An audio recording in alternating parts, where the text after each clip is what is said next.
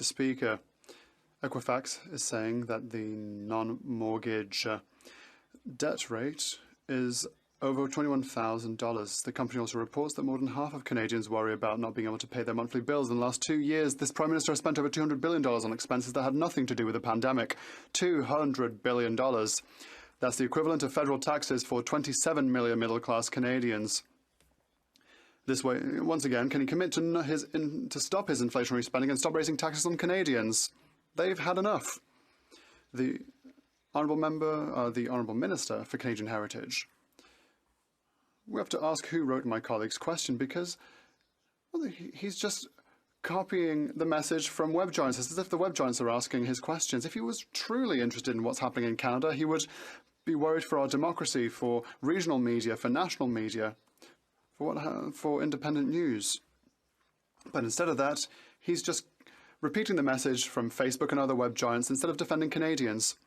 The Honourable Member for Charles-Bourg-Saint-Charles.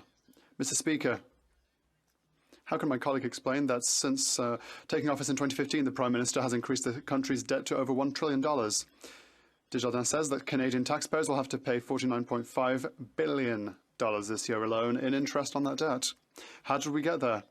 With inexplicable spending by the Prime Minister, for example, for giving 2 multi-million-dollar loans to the Irving family, giving $50 million to MasterCard, giving $12 million to Loblaws for refrigerator purchases. These are just a few of many examples. Will the Prime Minister finally commit to stop the spending spree that only increases the debt and burden on Canadians? The Honourable Minister. I'll give you some more examples, Mr. Speaker. What is happening with regards to culture? What is happening with regards to our artists and creators? And instead of helping culture and voting for Bill C-11, they're blocking it in the Senate. They're blocking it in the Senate. So once again, instead of defending our culture, our TV, our music, and our TV shows, what are they doing? They are just spreading what web giants want them to spread. For once, instead of repeating messages, let's have a spine and finally defend Canadians.